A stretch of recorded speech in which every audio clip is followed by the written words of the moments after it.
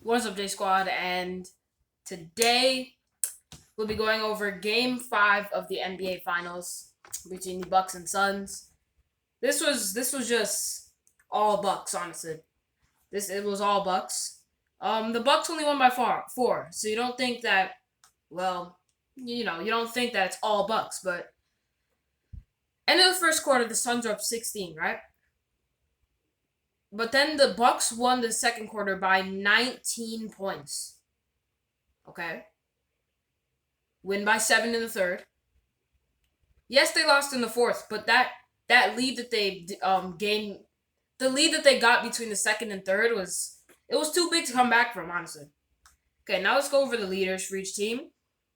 For the Bucks, it was Giannis in points, Giannis in rebounds, Jrue Holiday in assists, Jrue Holiday in steals, and Jrue Holiday in blocks. So a great game for Jrue Holiday. If you watch that game, you know what I'm talking about. He went off, man. For the Suns, it was Devin Booker in points, DeAndre Ayton in rebounds, Chris Paul in assists, Mikal Bridges in steals, and DeAndre Ayton in blocks. So, yeah, man. That was the leaders. Now let's look at the box score, which is, it's going to tell you a lot, man. It really is. So, let's go over the losing team for, let's go over the Bucks. Let's go over the Bucks, since I have way less to talk about for the Bucks than for the Suns. Okay. For the Bucks, I'm going to go from, worst player to best, I guess. So, the worst player in this game, Jeff Teague, he had 0, 1, 1, and 1. I can't really talk about him, Bobby Portis, again, showing, he can come off the bench, be that spark plug. He was 50% from 3, 50% from the field overall.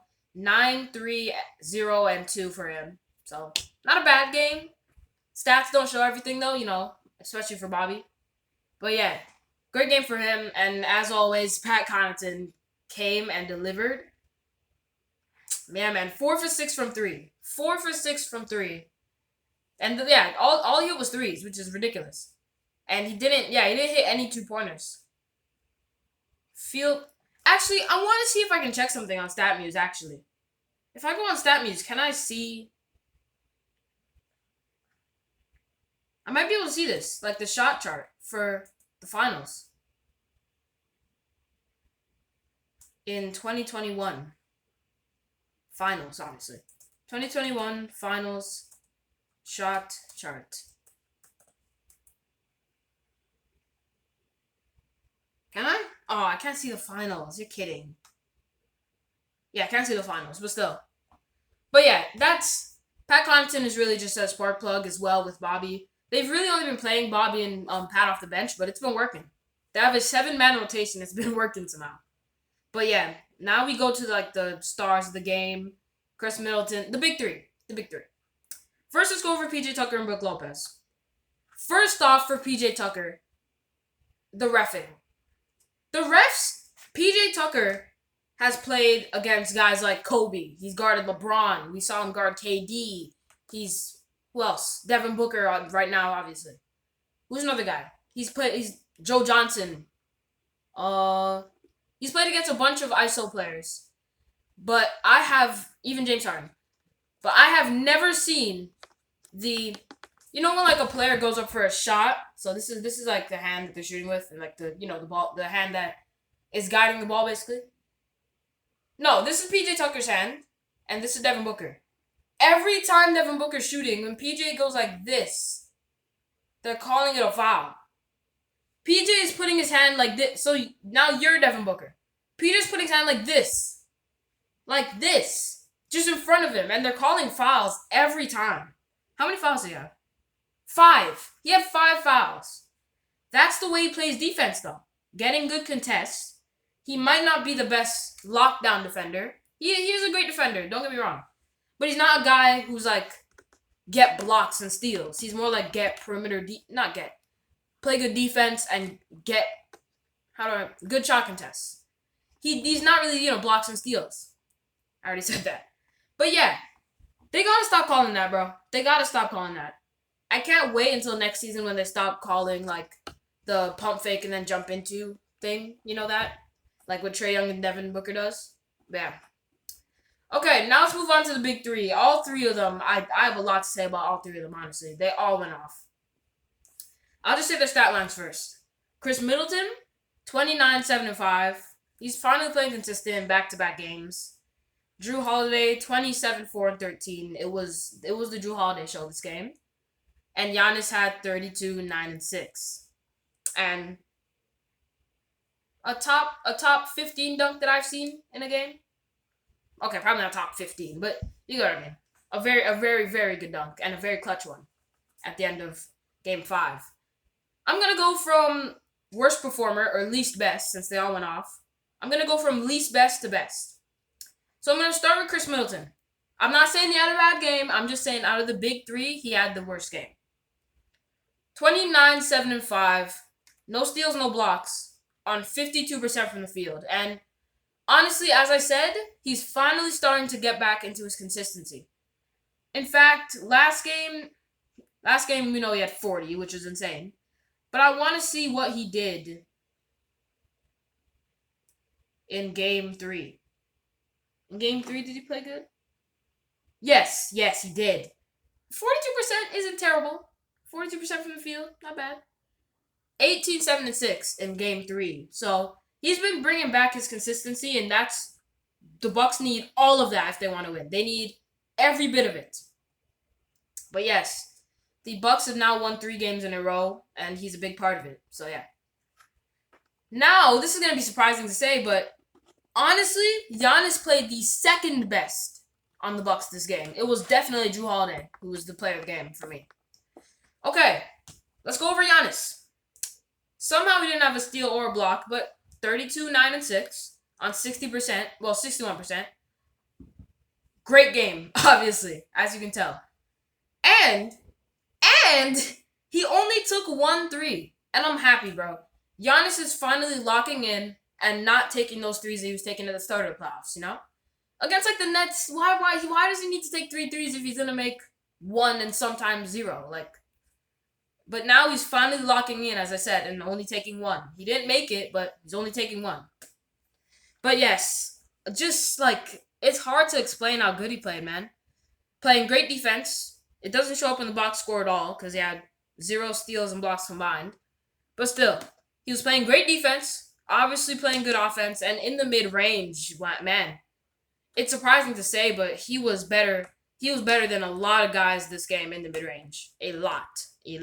So, very, very good game. He was hitting his mid-range very consistently, and as obviously not hitting 3s consistently, he hit 1.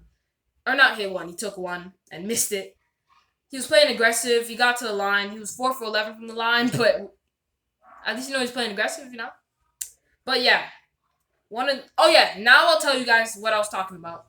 I actually want to look it up for those of you who have not seen it. It's insane, bro. It's insane. I'm gonna look up the Jrue Holiday lob. Holiday lob to Giannis. Yeah, I'm just gonna play it quickly for those of you who have not seen it somehow. Yes. And this is an example of Devin Booker kind of trying to be a little bit too aggressive. You know what I'm saying? Look. Because I'm going to put it in slow motion. I actually want to talk about this play. I'm going to talk about this play. Wait, hold up. Let me put it in slow motion. Yeah, man. I got to talk about this. Because this game, I was getting so mad. You guys are probably wondering why I was getting mad? Devin Booker. Sometimes he was just forcing too much shots. He had 40. Shout out to him. Back-to-back 40-point games. Insane. In the finals. But it's too many forced shots. Too many forced turnovers. Stuff like that. So yeah. Okay. Yeah. Let me play it. So Devin drives in. He's trying to back down PJ. And look at Chris Paul. Look how open Chris Paul is over there. He tries to spin away from it. And Jrue rips the ball from his hands. And now, look at what Devin's doing. Nah, bro. Nah. Stop it. Instead of getting up and getting back on defense, Devin's on the ground with his hands up calling for a foul. I don't know, man. And then, yeah. I'm gonna put it back in regular speed now. And yeah, for you guys to see it was great. It was great, man. It really was. Let me just turn it down. Okay.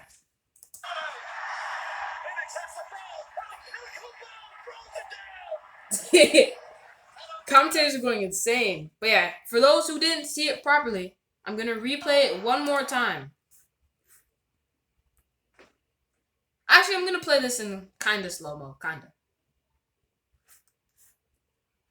Okay. Here it is one more time. The lighting is so bad. Wait. Okay.